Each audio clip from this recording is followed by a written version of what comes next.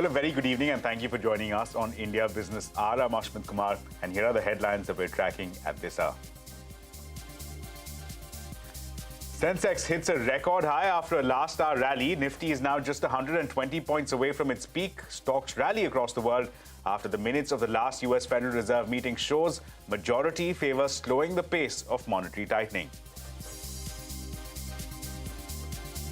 The European Union proposes a price cap on natural gas prices to stave off an energy crisis. Nations like Netherlands and Germany express skepticism about the benefits of the measures.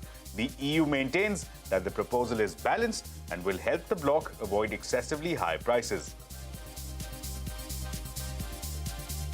The promoter of Bisleri, Ramesh Chauhan, says he's in talks with Tatas and others for a majority stake sale. Tata Consumer had earlier told CNBC-TV18 it is open to inorganic opportunities in the water business. The struggles at the edtech sector claims another casualty. Amazon shuts down the Amazon Academy, which went live only last year. Amazon had previously announced it will lay off 10,000 employees this year. Former SEBI Chairman M. Damodaran hints at potential changes to the law to help attract more private equity and venture capital investment. Also says the committee he's heading is on track to submit the report by the 9th of December. Exporters seek tax stops and fiscal support from the government ahead of the budget, propose a development fund, tax breaks to market products overseas, and a restoration of the interest equalization levy, among others. Rural Development Ministry seeks an additional 25,000 crore rupees for the Rural Employment Guarantee Scheme. Government likely to approve 16,000 crore rupees for FY23. The total budget outlay for the scheme this year is 73,000 crore rupees. Supreme Court questions the lightning speed at which Arun Goyal was appointed as the new election commissioner.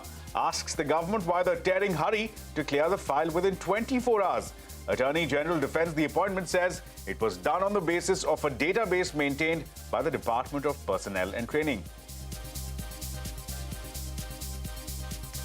The measles outbreak intensifies across large parts of India. The death toll in Maharashtra rises to 13. Union government rushes special teams to 3 states. World Health Organization warns that 40 million children are vulnerable as they miss their measles vaccine due to the pandemic. Hospital services disrupted at the All India Institute for Medical Sciences in Delhi for the second day in a row. The hospital confirms a cybersecurity incident and government agencies are probing the matter and services are yet to be restored. And we check into Surat, the city of diamonds, to find out the pulse of the voter ahead of the assembly elections in Gujarat.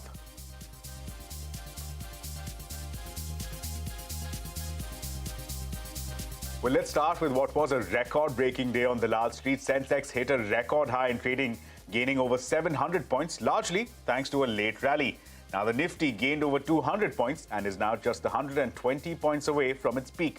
The last time the Sensex hit a record high was in October last year. Nifty Bank also hit a lifetime high, closing above the 43,000 mark for the first time. Prashant Nair is here with a quick wrap of the day's market action. Well, the Sensex at new record highs and looking absolutely fantastic, isn't it? The last high was made on the 19th of October 2021, and after a year, we are basically back at those levels once again.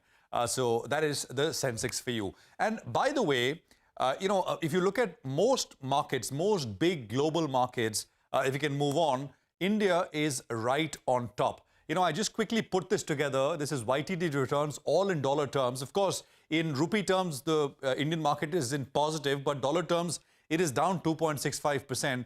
But this so beautifully shows that this year has been about relative outperformance, right? Absolute as well, but more relative. So look at the S&P 500, which is down 15.5, DAX is down 16, Hang Seng is down 25. Actually, I only found one market which is actually better performing than the Sensex, that is the Brazilian Bovespa. The Brazilian Bovespa is up 8% in dollar terms, but 2 points there. It's largely made up of resource companies, right? Metals, mining, etc., which has had a very good year. And the second is it's a much smaller market. I mean, the Brazilian market is $700 billion in size, whereas the market here is $3 trillion. So we're talking about a much larger market. Anyway, so this is global outperformance in that sense. Let's move on and tell you a little bit of the kind of sobering fact as well. And I think this is important, right? Many have said that the market is at an all-time high, but portfolios are hurting. Portfolios are not back at all-time highs. And I think there is good reason, and this is the data which shows you that. So even as the Sensex is at a record high, only 13 Sensex stocks are above their October 2021 peak. So, this is the same level when the Sensex last was at the high, and only 13 individual Sensex stocks are above the previous high, which means 17 of them are below their October 2021 high. That is what, 58% of the Sensex constituents, which is below its October 2021 levels. Let me just tell you which are the sort of performers and which are the underperformers. And these are the best performers, really. ITC, back when the last time Sensex was at a high, ITC was 138 rupees. It's at 341. Mahindra & Mahindra, 917 back then, 1253 now. SBI, almost under 500, 600 plus now. ICICI Bank and Bharti are some of the other names. On the flip side, you find a lot of technology names. So Tech Mahindra, the October 2021 level was 1540. The level now is 1068. Tata Steel is another one, adjusted, of course, 137, 106. Bajaj Finserv, you can see the difference. Infosys, below the levels of October 21. Mind you, not all of these made absolute peaks in October 21, but because we had to compare with a consistent period and keep the comparison consistent, we've taken the October 21 levels. Infosys, and then, of course, there is Bharti as well, 681 and 840, sort of 7. Actually, that's those are levels. Anyway, let's just quickly tell you the Nifty now, and I'm going to leave with that because the Nifty is now just 0.5%, not even 0.5% away from its respective all-time high, which was 18,604. And I think that is, we don't have to wait very long with most other indices there, at least the frontline benchmark indices. It's a matter of time, maybe tomorrow, maybe in the next couple of days or so. Right, Prashant, thanks a lot for that. Here's some international news now. The European Union has proposed a price cap on natural gas prices to stave off an impending energy crisis. Nations like Netherlands and Germany have expressed skepticism about the benefits of the measures. The EU, however, maintains that the proposal is balanced and will help the bloc avoid excessively high prices. Well, back home, the big corporate story, Tata Consumer Products is currently in talks to acquire bottled water major Bisleri. The promoter of Bisleri, Ramesh Chauhan, told CNBC-TV18 that he's in talks with Tata's and others for a stake sale. Tata Consumers had earlier told us that it is open to inorganic opportunities in the water business. At what stage of discussions are you right now with the Tatas? Well, you seem to be knowing more than I know, but we are in discussion. Because you like the culture of the Tatas and you're in talks with them, does that mean that if a deal has to happen, it will be with the Tatas only? Or are there other players in the fray too? That I cannot say. Others are there, but it's not discussion yet. Well, the union government has mandated for the Competition Commission of India to examine if input tax credits availed by companies is being passed on or not. The regulatory body will determine if the tax credit has resulted in reduction in the price of goods and services. CCI is all set to take over the issues of the National Anti-Profiteering Authority and has subsumed the NAA into it. Meanwhile, Amazon India is shutting down its online learning vertical in India. A statement from the retail giant says that they are going to discontinue Amazon Academy from August of 2023 in a phased manner. Amazon Academy will refund full fees to those enrolled in the current academic batch. Amazon had previously announced it will lay off 10,000 employees this year. Now, former SEBI chairman M. Damodaran has hinted at potential changes to the law to help attract more private equity and venture capital investment into India. Damodaran is heading a committee that will make recommendations to the government on shoring up investments to startups. Speaking to my colleague Parikshit Luthra, Damodaran said that his committee's report will be ready by the 9th of December. I think certainly you got to look at all the existing regulations and laws and see whether there are any among them that are past their sell-by date, have lost relevance, because you write laws and regulations in a context. Has the context changed? And of course, at the back of all of this, we got to keep in mind the fact that India needs to see a lot of investment coming from outside of India. So how are you going to make it a little easier? That's exactly what we are addressing. Right. What do you think the budget can do to give a further impetus to startups in the country, make sure we get more private equity, venture capital investments? I think if there are any decisions that are going to be taken, whether based on our report or otherwise, that can signal to the potential investors that this is an easier place to invest, then you will see more investment coming in. But what are the one or two things? Well, I think the committee will come out with some in the report. The centre is planning to increase its budget for Manrega, its flagship rural employment scheme, in the ongoing fiscal year. The total budget outlay for the scheme this year is 73,000 crore rupees. We expect that this year also the budget that was provided to us will be raised. What will be the quantum will be decided by the Finance Ministry, but this budget will be raised, and next year also I guess there would be significant sums provided towards that. Well, consultations ahead of the February 1st union budget are on in full swing. Finance Minister Nirmala Sitharaman met with stakeholders from the trade and services sector.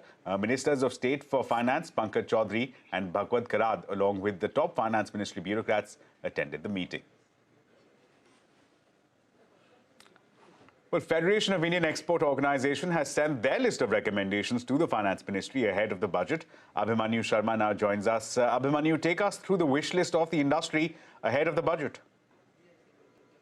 The Federation of Indian Exporters Organisation held a pre-budget meeting with the Union Finance Minister today and requested for several pro-exporter steps from the upcoming union budget. Among the numerous demands is an export development fund with a corpus of a minimum 0.5% of the preceding year's exports, fiscal support to units which provide additional employment in the export sector, and restoration of interest equalization benefit of 5% to manufacturer MSMEs and 3% to 410 tariff lines which existed prior to October 2021, stating that the cost of credit crossing the pre-COVID levels was adversely impacting exporters. The organization has sought tax and fiscal incentives to the private sector to help set up global Indian shipping lines to exploit the ready market available. The exporters body has also asked for 200% tax deduction on the expense incurred by exporters on overseas marketing to help showcase Indian products overseas, as well as GST refund to foreign tourists at airports to help exports of handicrafts, non-precious jewelry,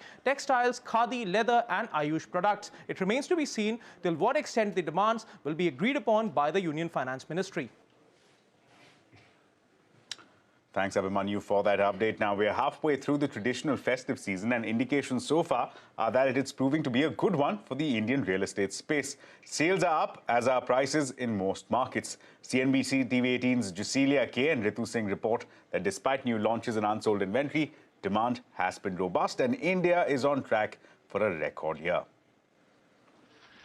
RBI Governor Shaktikanta Das and his team at the MPC have pushed up interest rates in their battle against inflation, making home loans more expensive in the bargain. But this has not seemed to have had much of an impact on the real estate market, especially as this year's festive season kicked off in September. Demand has been such that even higher prices do not seem to have been much of a deterrent in most pockets. The Housing Price Tracker Report 2022 says that the overall housing market in India has seen prices rise by 6% on average over the third quarter of 2022 compared to a year ago. While Delhi, NCR and Kolkata have seen the highest rise in prices over the last year, Tier 2 cities like Ahmedabad, Hyderabad and Pune are giving these markets a run for their money. Interestingly, Chennai and Mumbai metropolitan region have seen prices remain largely stagnant over the 12-month period. But it's the Tier 2 cities of Pune and Ahmedabad that have led the way in price hikes compared to the previous quarter. In sharp contrast, the metro markets of Chennai and MMR have actually seen prices dip a little.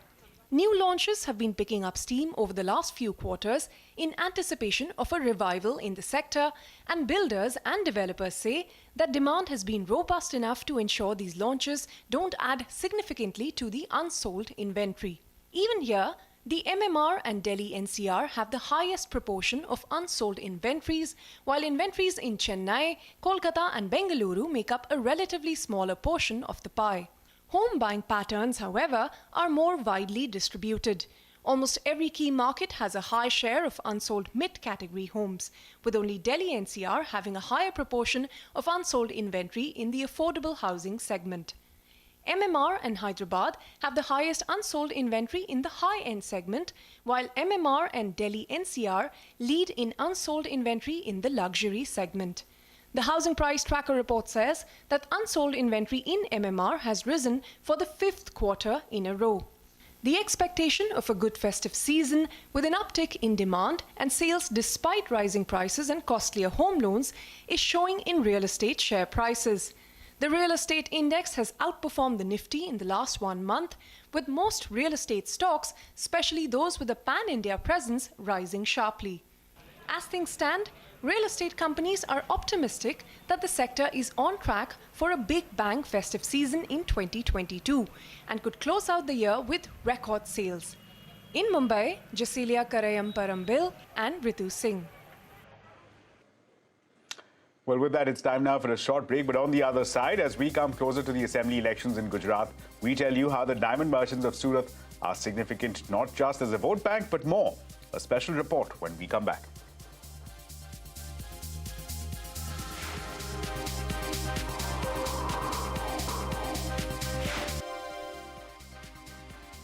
Welcome back. Now, the Supreme Court has questioned the lightning speed at which Arun Goyal was appointed as the new election commissioner. A constitution bench of the Apex Court asked the government today if there was any tearing hurry to clear the file within 24 hours, especially since the post had been lying vacant for over 6 months. The court, which has been hearing pleas seeking a collegium to appoint election commission members, also expressed its concerns on the current appointment process. We spoke to former Chief Election Commissioner T.S. Krishnamurthy on the issue. He backed calls for a collegium to appoint EC commissioners. That will improve the credibility of the institution. In fact, I, as the Chief Election Commissioner, had recommended in writing to the government to bring about this change. And there had other suggestions by our commission and so on. So it is for the government. As early as 2004, we had suggested this change in the procedure. You know, when once you have too many members in the collegium process, you have different voices. It may be difficult to achieve consensus. The leader of the opposition is a respectable member of parliament, and certainly one member to represent the opposition parties should be good enough. In my opinion, it will be easy to implement. Now, the measles outbreak is intensifying across large parts of the country. Mumbai has reported over 252 cases and 13 deaths have been reported across Maharashtra. The rise in cases is not limited to Mumbai, with cities like Ranchi, Ahmedabad and Malappuram also seeing a spike. The union government has sent a team of experts to these locations. Since the beginning of the COVID pandemic, nearly 40 million children missed the measles vaccine dose in 2021, according to the World Health Organization. This has dealt a body blow to India's hopes of eradicating measles by 2023. Meanwhile, hospital services were disrupted at the All India Institute of Medical Sciences in Delhi for the second day in a row. The hospital confirms a cybersecurity incident, and government agencies are probing the matter, and services are yet to be restored. Foxconn has apologized for a technical error during onboarding process after massive protests at its COVID-hit iPhone factory over pay dispute. The company says actual pay would be the same as agreed. Pakistan Prime Minister Shahbaz Sharif has picked Lieutenant General Asim Munir as the new army chief. He will replace General Bajwa, who will be retiring at the end of the month after 6 years at the helm.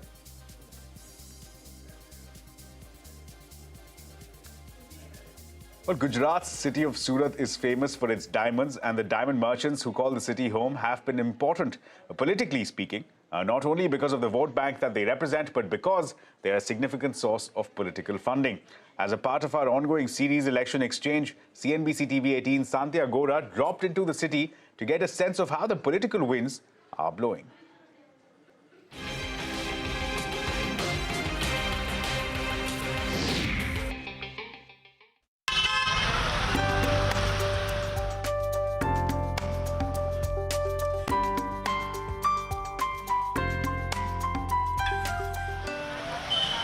Rashmikant came to Surat in 2001 and set up shop as a diamond merchant and jeweler in Surat's Waracha area. He's today a well-known name in these parts. But like every other business in the region, his business took a big hit from the COVID-19 lockdowns that spanned over 2 years, and the recovery has been slow. जब ये corona आया तभी सब कारीगर लोग जो थे वो सब उसके गांव में चले गए। इनके बाद जब ये आने के बाद शुरू हुआ तब तक ये यूक्रेन और रशिया का ये जो वॉर हुआ उसके हिसाब से थोड़ा डीम हुआ। Rashmikant is one of thousands of diamond merchants who call Surat home and part of an important community, not just where the 12 assembly seats of urban Surat are concerned, but for the region's economy. The city's diamond industry has an annual turnover of $21 to $24 billion and accounts for 9 of 10 diamonds polished worldwide. The 6,000 diamond polishing units in the city employ over 1 million people. These 12 assembly constituencies have been traditional strongholds of the BJP, which has ruled the state for 27 years, and diamond merchants we spoke to say the state administration has helped in the recovery process, as have many of the schemes launched by the centre. 2003 में आए तो रत्न कलाकार को लेके बहुत सारे issues थे, वो क्लियर हुआ। फिर एक डायमंड गवर्नमेंट ने हमें जगह दी जिसमें हमने पूरा डायमंड ज्वेलरी मैन्युफैक्चरिंग के लिए बुर्स बनाया, डायमंड गुजरात हीरा बुर्स। डायमंड का बिजनेस बहुत एक्सपेंसिव है, तो क्या है कि बीजेपी की गवर्नमेंट ने हमें सेफ्टी दी है, सिक्योरिटी दी है, तो उसी हिसाब से हम ये प्रिपेयर करेंगे। बिजनेस में उतार चढ़ाव की कोई इसमें मायने नहीं रखता है, तो उसी के हिसाब से हम तो बीजेपी के साथ चलते हैं। The Aam Aadmi Party is a new entrant in the state's political arena and is trying to make inroads with promises of better education, free electricity and water. In 2017, the Congress campaigned hard to win the votes of Surat's diamond merchant community, and one of its stands was to highlight the problems faced by these merchants with the introduction of GST. The campaigning did not have the desired result. And this time, the Aam Aadmi Party is also trying to win over the same diamond merchant community of Surat. But the experts say that going by historical trends, the community has largely voted BJP. And my interactions with some of the merchants in the city also indicate that this may not have changed much. Experts also say that any losses which the community may have had to bear because of global geopolitical events like Russia's invasion of Ukraine may not work to shift the votes away from the BJP. In Surat, with camera person Milind Wagmare, this is Santya for CNBC-TV18. Well, CNBC-TV18 is all set to lead the charge with one-of-a-kind mega initiative, Future Female Forward, the Women's Collective, presented by HSBC. Now, before the official launch, we were joined by some young future leaders who shared their vision with our managing editor, Shireen Bhan. Their dreams and superpowers transcend age boundaries, from loving the Hulk to saving the planet to wanting the stock markets to open late so that their father can drop them to their school bus. This heartwarming conversation is a must-watch. Today we have a great lineup of very influential voices. These are people who are going to shape the world. They are going to change our tomorrow. These are leaders, ladies and gentlemen. And it is now time for us to introduce you to these very powerful, influential leaders. The CEO of this panel. Madam, can I have you introduce yourself, please? My name is Nandita Nair. I studied the Bombay International School in 7th grade. I enjoyed the arts, all of the sciences and math. And if there's one thing that you would like to do as the current CEO of this panel to change the world, to shape the world, what would that be? I'd like people to understand the consequences of their actions and take responsibility for them. The people blame other people, but we are the people. So we're blaming ourselves and then telling ourselves that we are not to blame. So the one change that you would like to drive? That I would like to drive is if I was being big, I will say... Oh, I'm not letting you. I'm so sorry. We will let you take a picture. Also, Kabir, in 30 seconds, we will let you take a picture. I think a big change is the same as my wish, but yeah, a change I would make is, if I had a power to make that change, is to reduce the effect that carbon dioxide has on the atmosphere. And if it was a smaller change, like it couldn't have such drastic effect, the markets would open later. I want my dad to spend time with me, like a lot more. Well, we'll try. I think it would be easier to actually do something about the carbon dioxide than make the markets change their timing. But thank you so much. Well, the initiative will be officially launched through an exclusive on-ground event tomorrow, November 25th, with several women leaders of India Inc. Also in attendance will be some of the most influential voices from business, entrepreneurship and entertainment spaces. Don't forget to tune in to CNBC TV18 on Friday, November 25th, 5:30 p.m. onwards. Well, with that, it's a wrap on this edition of India Business Hour. Thanks so much for watching. News continues right here on CNBC TV18.